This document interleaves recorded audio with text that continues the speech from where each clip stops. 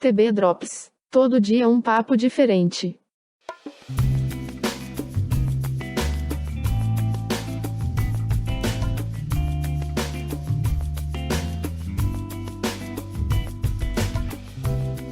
Caros amigos do arquivo, caros amigos do TV História. Agora em novembro foi lançado um livro, No Rastro da Notícia, que são memórias de um jornalista investigativo. Mas na verdade não é apenas a memória de um repórter, e sim da TV brasileira, a nossa memória, a memória da história do jornalismo. E é muito bacana ter esse pedaço da história da televisão em nossas mãos. E é nada mais, nada menos do que Roberto Cabrini. Como vai, Marquezine? Tudo bem? Muito obrigado por ter aceito o convite e dispor desse tempo precioso que você tem para nós, porque eu sei que você tem bastante coisa, o jornalismo não para.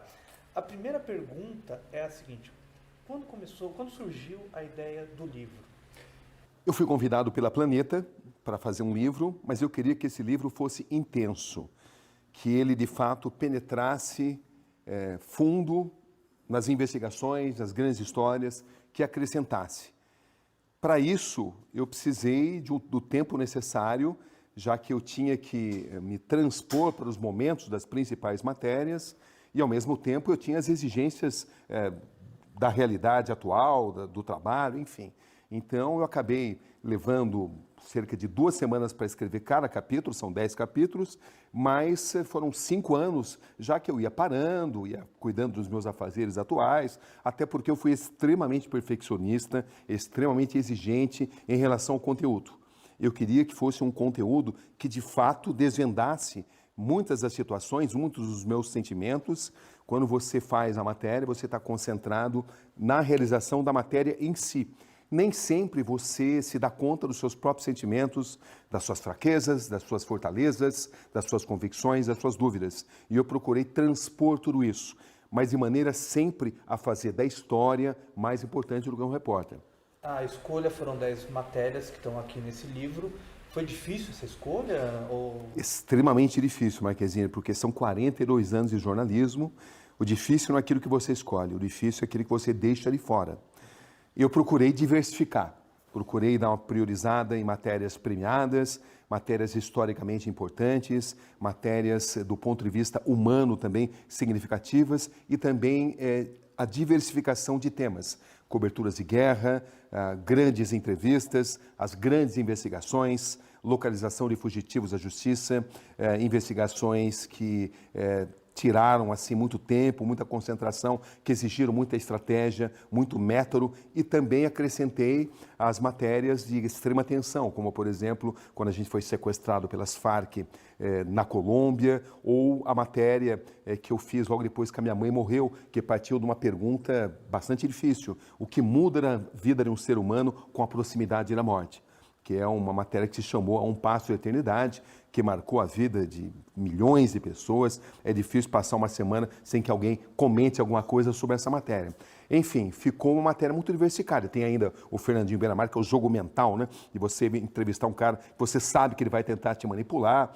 O Ayrton Senna teve um destaque muito grande, é o primeiro capítulo, né? Já que ele é muito importante na minha carreira, não só o anúncio da morte, só aquele fim de semana trágico de corrida de Imola, como também a minha convivência com ele. Eu fui o repórter que teve o privilégio de conviver com ele nos últimos 3, 4 anos da vida dele, intensamente, né? Eu era o cara que mais o entrevistava, enfim. Ficou, como resultado disso, um livro bem diversificado, com matérias significativas e, ao mesmo tempo, cobrindo muitas áreas. E de tanto que foi falado, de tanto que foi perguntado, obviamente sempre falam do medo. Uma coisa que eu sempre tive curiosidade, na verdade, sempre se fala do lado do repórter. Você foi ao Iraque, você foi ao Afeganistão, que aliás é um belo SBT repórter do Afeganistão. O lado da família. Como a sua família sempre reagiu com as suas idas a esses lugares tensos, vamos dizer assim? É bem possível, Marquezine, que eu não realizasse o que eu consegui realizar sem o apoio da minha família. A minha esposa, os meus filhos sempre foram extremamente parceiros e sempre compreenderam que essa é a minha personalidade, esse é o meu DNA, essa é a minha missão. Então, é claro que todo mundo tem receio, quando você vai numa zona de guerra, existe o receio, mas o receio normal. e também tendo sempre consciência que faz parte da minha profissão levar boas histórias, histórias que acrescentem. Por vezes, isso implica em riscos.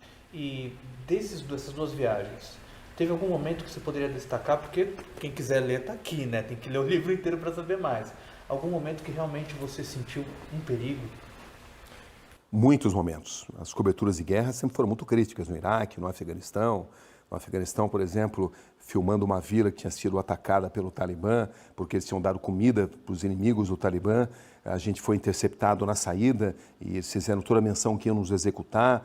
Por sorte, eu sabia falar algumas palavras no idioma pastum, estabeleci uma comunicação rudimentar inicialmente, até ser levado a um comandante que falava inglês. Aí eu tive uma comunicação melhor e acabei recebendo um banquete, eles acabaram nos alimentando, que foi um banquete formado por berinjela, pão e muita areia, mas para a gente representou o dia que a gente tinha sobrevivido. Como também no Iraque, a gente passou por situações de guerra, o fogo cruzado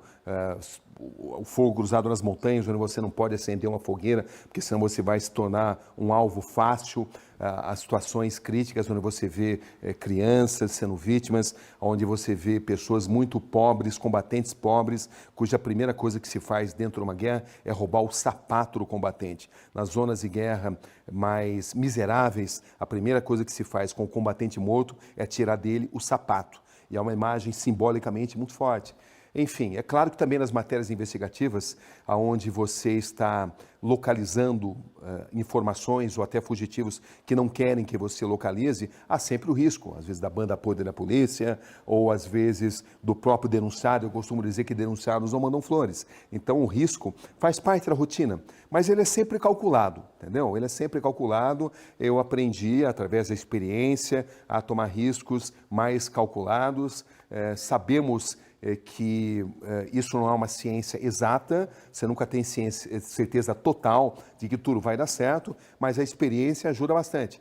Ajuda no sentido que quando você está em zonas de guerra, você aprender a cultura local, até porque a partir da Guerra da Bósnia, jornalistas passaram a ser alvos, e no Afeganistão e no Iraque, jornalistas passaram a ser moeda de troca para sequestro. Então, nada te ajuda mais, numa cobertura de guerra, por exemplo, do que o conhecimento do terreno. É você pesquisar a fundo a cultura, a civilização. Isso não vai te dar certeza total de segurança, mas vai te ajudar bastante. Ali naquele momento você está na adrenalina em ter que registrar tudo que está ali na tua frente, seja do mais cruel ou não. Depois que passou tudo, depois que você volta da zona de guerra, vem para o Brasil, você pensa nisso ou não? Aquele medo, você sente algum medo?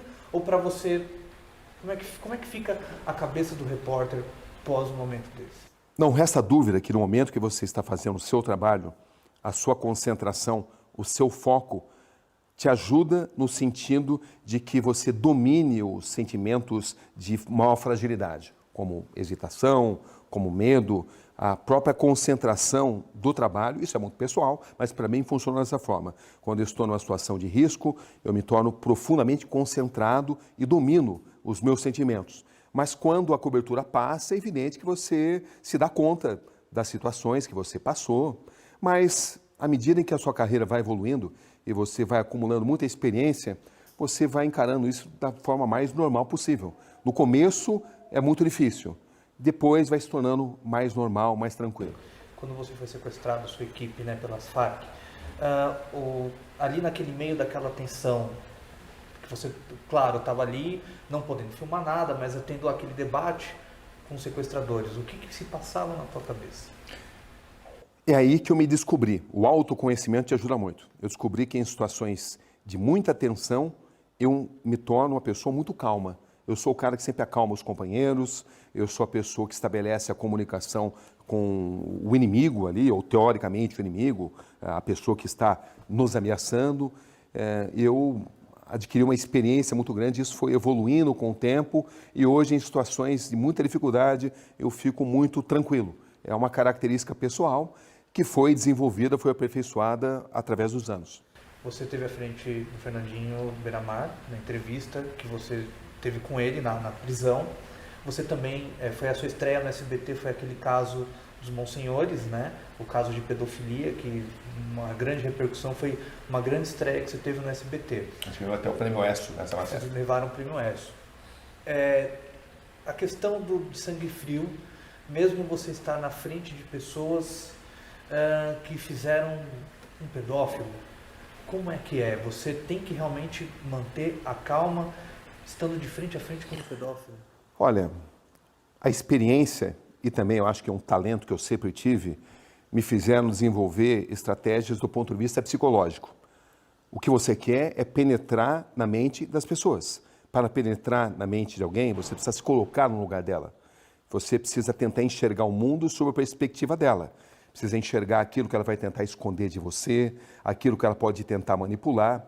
E eu também desenvolvi algumas técnicas, como por exemplo, eu não levo questionário. Você nunca vai me ver com um papel onde eu vou ler as perguntas, porque isso me tira o olho no olho. O olho no olho para mim é muito importante, porque é onde eu identifico fragilidades, identifico demonstrações de convicção, demonstrações de insegurança, demonstrações de que alguém possa estar mentindo. E isso sempre me ajudou bastante em matéria investigativa, quando a sua grande tarefa é a de descobrir fatos. Então, o ponto de vista psicológico sempre me ajudou bastante. Então, com o passar do tempo, eu fui desenvolvendo técnicas de se fazer, momentos que você precisa falar mais duro, momentos que precisa ser mais incisivo, momentos que você precisa ser mais suave. Existem momentos que você sequer precisa perguntar. Apenas o olhar incentiva a pessoa a te contar determinados detalhes, determinadas informações. Mas tudo isso vem com o tempo. E firmeza e nenhuma arrogância são dois detalhes muito importantes para você chegar a bom termo aquilo que você se propõe. De todas as entrevistas que você fez com o Fernandinho, foi a que você teve aquela, digamos que ele vai envolvendo. Você pode dizer que aquela foi a mais tensa que você teve? O Fernandinho é uma pessoa acostumada a manipular os outros. Sempre foi um grande líder, sempre foi muito temido. E ele tentou fazer isso. Cabia a nós, cabia a mim, fazer uma estratégia. Quando eu fui entrevistar o Fernandinho, ele não era o alvo principal era o NEM, até porque o Fernandinho nunca topou, através dos seus contatos, dos seus advogados, dos seus representantes, jamais aceitou dar uma entrevista. Mas quando ele ficou sabendo que eu tinha uma entrevista marcada com o NEM, ele acabou decidindo fazer, porque o NEM, que era rival dele, vai dar, então eu quero dar também. Só que o NEM acabou não dando entrevista, e o Fernandinho aí quis dar entrevista, não sabia que o NEM tinha desistido, aí o próprio Fernandinho tentou desistir, aí que eu usei a estratégia, ele falou, mas eu sempre ouvi falar que a sua palavra não tinha curva. Enfim, eu precisei estudar as características dele e usar isso a meu favor e também entrar nos assuntos mais delicados lentamente, porque tinha estabelecido que se ele não gostasse de alguma resposta, a gente ia ter que parar a entrevista imediatamente. Isso jamais aconteceu, porque estrategicamente a gente foi entrando lentamente nos assuntos mais delicados e ele foi se sentindo bem na entrevista e a gente deixou para falar dos assuntos mais difíceis no final e funcionou muito bem. Teve uma entrevista que você fez do Collor, em 95, se não me engano, foi até um SBT Repórter. Foi a primeira entrevista dele depois do impeachment. Como é que foi chegar até ele? A dificuldade foi fácil ou não? A gente parte do seguinte princípio: todo ser humano tem o direito de mostrar o seu lado da história. E ao repórter não cabe julgar. Pelo menos esse é o meu ponto de vista. Eu não julgo entrevistados, nem antes, nem durante a entrevista e nem depois. Faço as perguntas legítimas. O senhor Fernando Collor concordou que havia um lado dele que não havia sido suficientemente demonstrado. Nós o fizemos perceber que ele tinha o direito de mostrar esse lado, mas também procuramos legitimar a gente ficar em condições de fazer as perguntas devidas. Isso foi propiciado no primeiro diálogo, onde eu pergunto para ele, senhor Fernando Collor de Mello, nós podemos perguntar o que a gente quiser? Há alguma censura, alguma restrição nessa entrevista? E ele falou o seguinte, ele respondeu da seguinte forma, não, o senhor pode perguntar aquilo que ele aprover. A partir desse momento, ele legitimou toda e qualquer pergunta. E foi uma pergunta onde foi uma entrevista onde a gente perguntou tudo que foi mais desafiador, tudo que foi mais difícil, por isso que foi uma entrevista tão marcante, historicamente, ela é até hoje lembrada como algo determinante, a Veja elegeu como melhor matéria do ano, a gente ganhou prêmios, enfim, mas foi muito desafiadora. Primeira coisa, você precisa fazer a lição de casa, né? Eu sabia tudo sobre o Fernando Collor de Mello, então tudo que ele me falasse em contrário, que contrariasse a verdade, eu conseguia rebater. Políticos usam duas táticas determinantes para tentar manipular uma entrevista. Primeiro, eles tentam falar mais alto, para fazer com que você fique menor na cadeira. Ou, segundo lugar, se você pergunta sobre alho, eles respondem sobre cebola. Ou seja, eles desviam o assunto e falam tanto que você até esquece o que você tinha perguntado. Então você precisa estar muito concentrado e sempre pronto para falar a seguinte frase para eles: desculpe, mas o senhor não respondeu a minha pergunta. E essa foi a tônica dessa entrevista. E o Collor sempre muito exaltado, né? Tipo, é um jeito até um pouco teatral, né, do que ele vinha carregando sempre até durante as eleições, no governo dele e pós-governo, né? Quando você começa uma entrevista como essa, o seu objetivo é mostrar a realidade. O que é a pessoa de fato. E ele se mostrou nessa entrevista, ele saiu da zona de conforto. É o que você almeja numa entrevista como essa. Tirar a pessoa da zona de conforto, não para que ela fique mal, mas para que ela seja verdadeira. Esse é o seu objetivo. Uma reportagem histórica é a do PC Farias, que você realmente foi ali atrás dele, achou, e é um marco na história da televisão. Mas não somente na história da televisão, na sua carreira. Aquilo guinou você para um outro caminho. Olha, eu já era correspondente, eu tinha feito matérias importantes, eu tinha feito coberturas de conflito, enfim, eu já tinha uma grande projeção. Mas é claro que uma matéria que dá 80 pontos no Jornal Nacional, ela vai ser significativa para qualquer profissional. E qual que é a memória que você tem dessa matéria que até hoje mexe com você? Alguma coisa de algum fato que realmente te marcou nessa perseguição, vamos dizer assim, ao PC Farias? O fato é que 6 meses antes, quando ele era apenas um fugitivo da imprensa, eu consegui localizá-lo, porque ele deixava mais rastros, e eu consegui localizá-lo em Barcelona. Nessa oportunidade, eu consegui mapear as pessoas que tomavam conta dele, mas por uma questão de a gente ter ficado preso no trânsito, aquilo que deveria ter sido um furo de reportagem, acabou não sendo, porque a gente chegou um pouco mais tarde para fazer a geração, um pouco depois do Jornal Nacional, a emissora decidiu deixar a matéria para o dia seguinte, e a Folha de São Paulo, o concorrente, acabou dando essa matéria antes. Então, mas só que eu tinha mapeado todo mundo que tomava conta dele. Então, juntando isso a outras informações de uma outra fonte que ninguém prestava atenção, que ninguém dava importância, eu consegui cruzar as informações e ter certeza de que eu estava diante da pista certa. Mas foram muitos meses de incerteza, de que a gente tinha uma suspeita, mas não tinha certeza.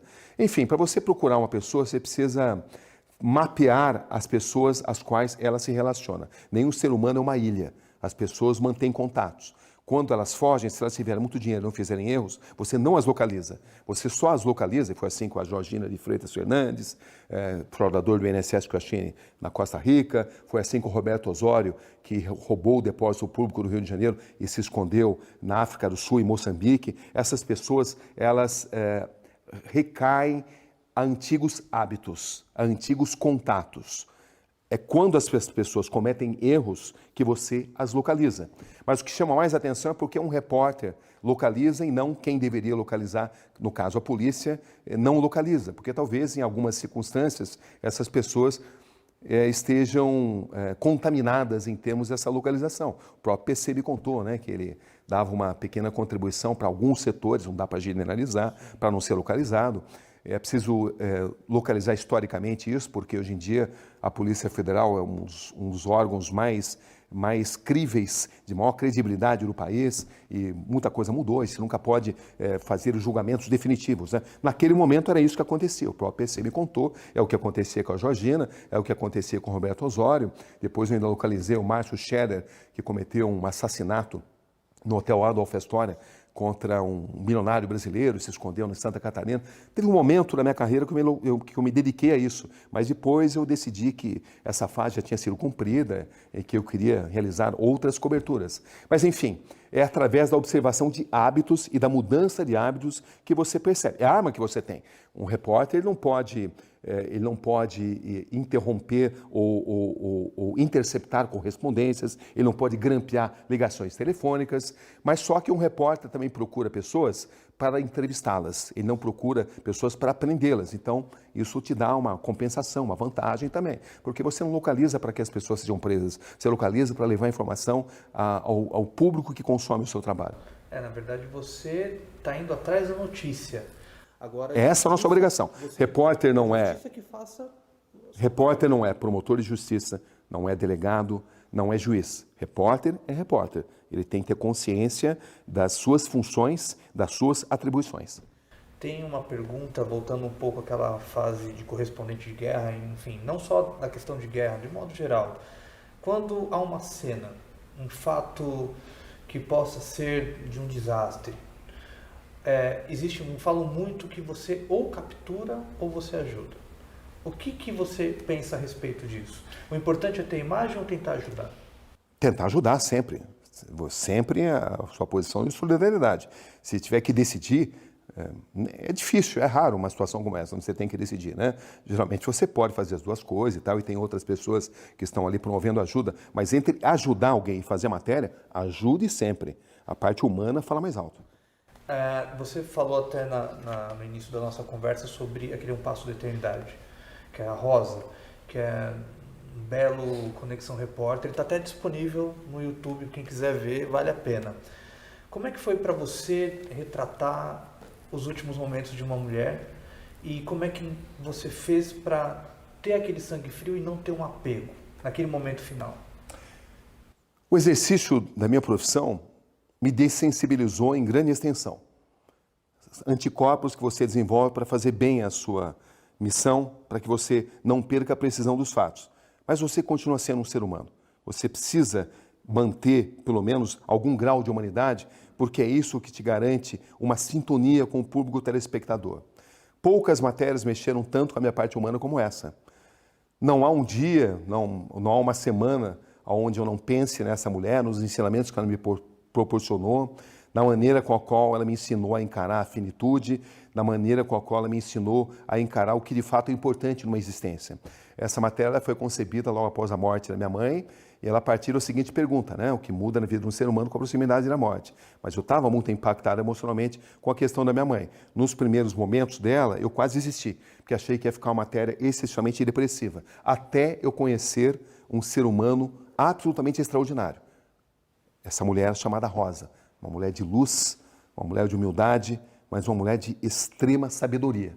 Ela me passou muita coisa. Eu achava que eu iria consolá-la, era ela quem me consolava.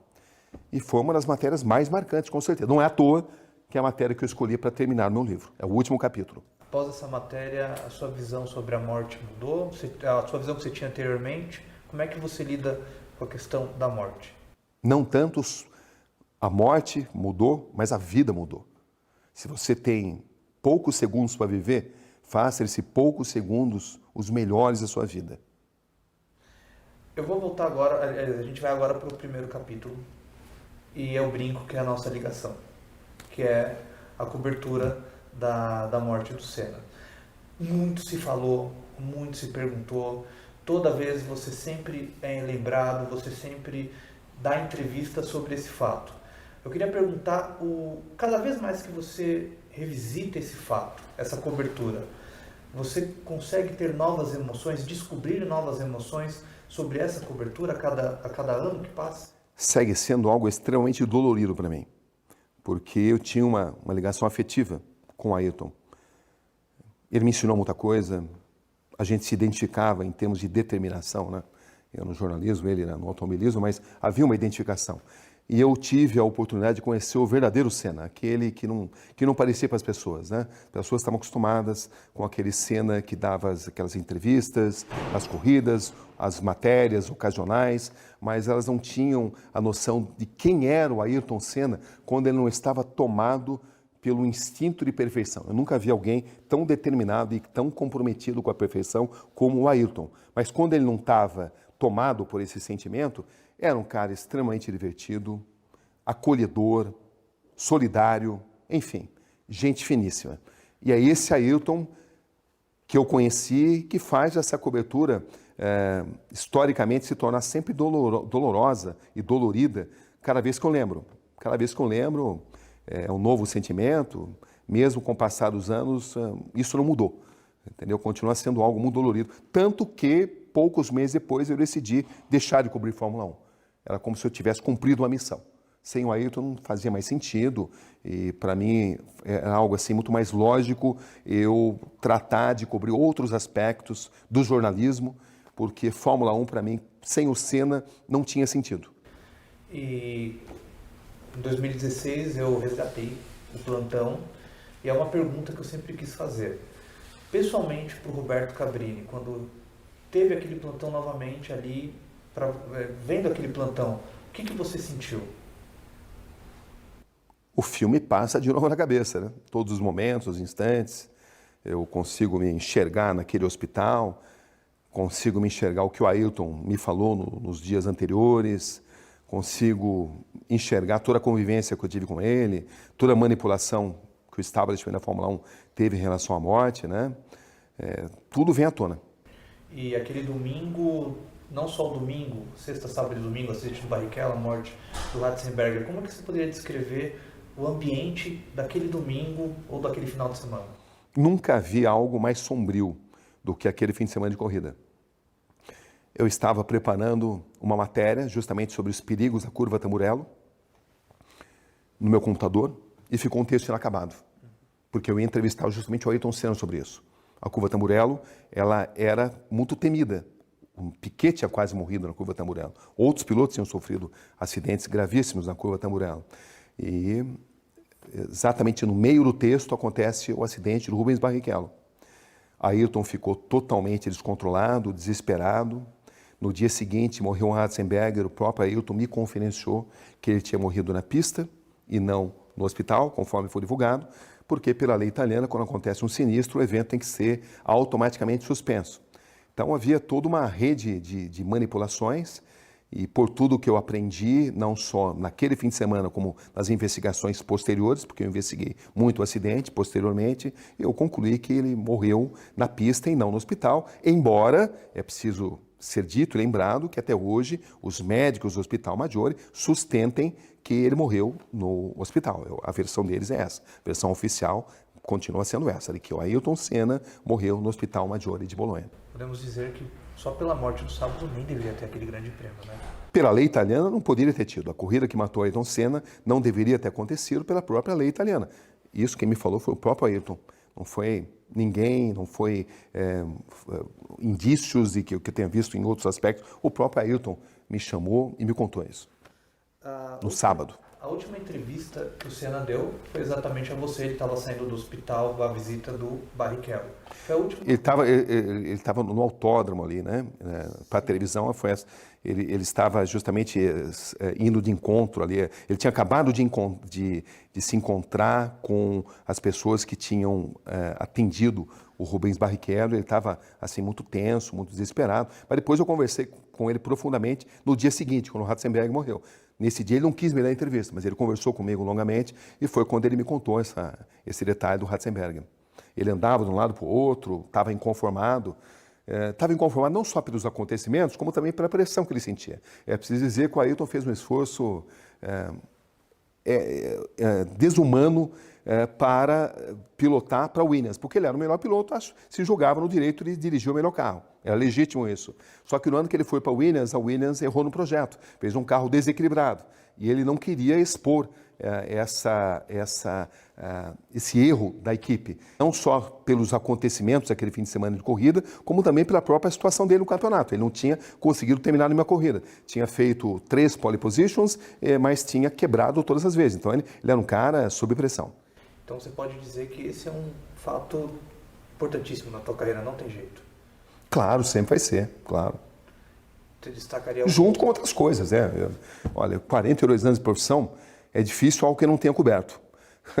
Tudo que acontece hoje, eu falo, isso aqui eu cobri dessa forma, ou cobri daquilo, porque, puxa, eu já fui 70 países, conflitos, e é difícil um assunto que eu não tenha feito matéria. É muito tempo. Então, o Ayrton, claro, foi importante, mas como outras coisas foram importantes também, né? Em 94, você também fez a cobertura da Copa. Você participou de 2 momentos ali extremos, né, da tristeza para a alegria. O esporte ainda, você faria algo voltado ao esporte porque você veio do esporte, né, Cabrini? Então você faria?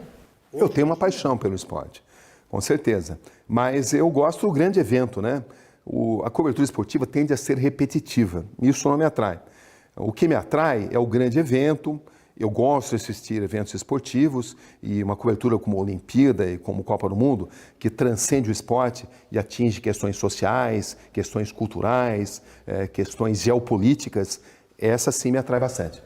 Bom, eu queria te agradecer muito. É uma realização que eu estou fazendo aqui.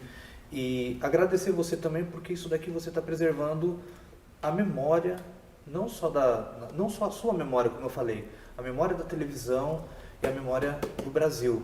Então é um documento. Isso daqui é um documento que eu acho que não só quem é jornalista ou quem pensa em ser, qualquer pessoa deve ler. Isso daqui é um documento. Você está compartilhando com a gente um pouco da história.